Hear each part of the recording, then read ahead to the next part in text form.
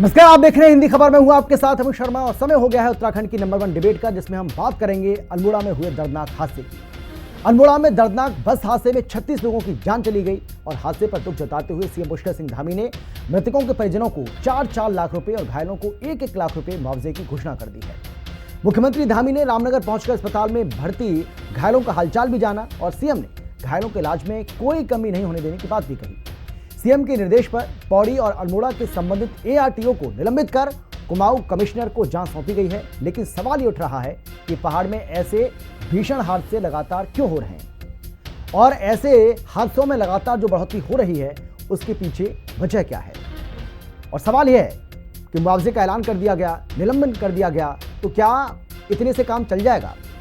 एक रिपोर्ट आपको हम दिखाते हैं, उसके बाद चर्चा की शुरुआत करेंगे। अल्मोड़ा बस हादसे ने ली 36 जान, मुआवजा निलंबन से चलेगा काम। प्रदेश सरकार पर कांग्रेस बरसी, सिस्टम की लापरवाही पड़ी भारी। अल्मोड़ा जिले में मरचुला के पास हुए दर्दनाक हादसे में 36 लोगों की मौत हो गई, जबकि 19 लोग गंभीर रूप से घायल हो गए। बताया जा रहा है कि 42 सीटर बस में 55 लोग सवार थे। ओवरलोड बस मारचुला के पास हादसे का शिकार हो गई। हादसे की सूचना के बाद पुलिस प्रशासन और एसडीआरएफ की टीमें मौके पर पहुंची और राहत और बचाव का काम शुरू किया गया। सीएम पुष्कर सिंह धामी ने अधिकारियों को राहत और बचाव के साथ ही घायलों के इलाज में किसी तरह की कोई कमी नहीं होने देने के निर्देश दिए। घायलों को इलाज के लिए रामनगर भेजा गया, जहां से 3 गंभीर घायलों को एयरलिफ्ट कर एम्स ऋषिकेश भेजा गया। मुख्यमंत्री ने हादसे पर शोक जताते हुए मृतकों के परिजनों को 4-4 लाख रुपए और घायलों को 1-1 लाख रुपए मुआवजे का ऐलान किया। प्रधानमंत्री नरेंद्र मोदी ने भी दुर्घटना पर गहरा दुख जताते हुए मृतकों के परिजनों को 2-2 लाख और घायलों को 50,000 रुपए के मुआवजे का ऐलान किया। सीएम पुष्कर सिंह धामी के निर्देश पर पौड़ी और अल्मोड़ा के संबंधित एआरटीओ प्रवर्तन को निलंबित कर दिया गया है। साथ ही कुमाऊं कमिश्नर को मजिस्ट्रियल जांच की जिम्मेदारी सौंपी गई है। हादसे के बाद सरकार ने तेजी से एक्शन लिया है, लेकिन विपक्ष सरकार पर सवाल उठा रहा है।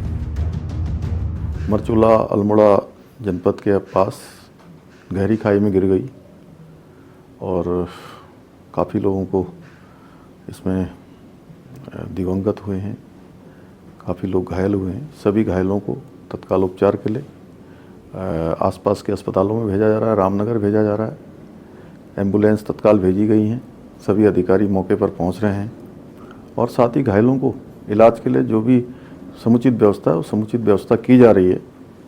और जो घटना में जिनके कारण से घटना हुई है, कोई लापरवाही हुई है, तो कमिश्नर कुमाऊं के मजिस्ट्रियल जाँच इसकी करेंगे और संबंधित विभाग आरटीओ और उनको निलंबित करने के आदेश दे दिए हैं।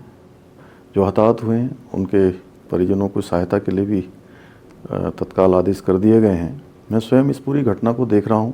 सुस्त प्रशासन और सुस्त सरकार, क्या हालात इस प्रदेश के हैं, देखने वाली बात है। पहाड़ों की सड़कों की स्थिति इतनी खराब है कि हम बता नहीं सकते। इसी रोड में पिछले 2-3 सालों में 2-3 बड़े हादसे हो गए, लेकिन ना तो रोड का चौड़ीकरण हो रहा है, ना उसके गड्ढे भरे जा रहे हैं, ना कर्व्स को ठीक किया जा रहा है। पुल भी बड़ी खतरनाक स्थिति में है।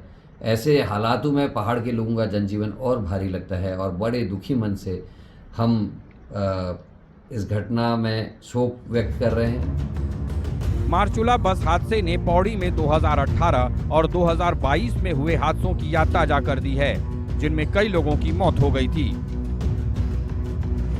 1 जुलाई 2018 को पौड़ी के धुमाकोट क्षेत्र में बस हादसे में 48 लोगों की मौत। 6 जून 2022 को पौड़ी में सिमड़ी के पास बस दुर्घटना में 32 लोगों की मौत। 4 नवंबर 2024 को अल्मोड़ा के मारचुला में बस हादसे में 36 लोगों की मौत।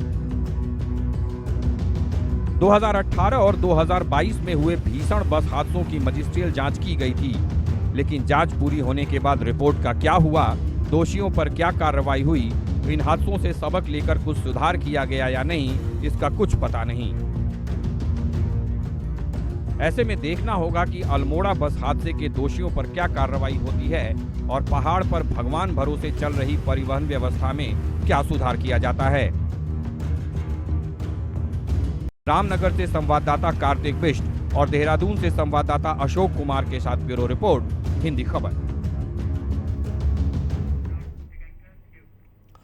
तो साल 2018 से लेकर के और 2024 तक ये सिलसिला लगातार चलता आ रहा है। और पौड़ी की हम बात करें तो पौड़ी में इसके पहले आपने देखा होगा कि 2018 में 2 बड़े हादसे हुए।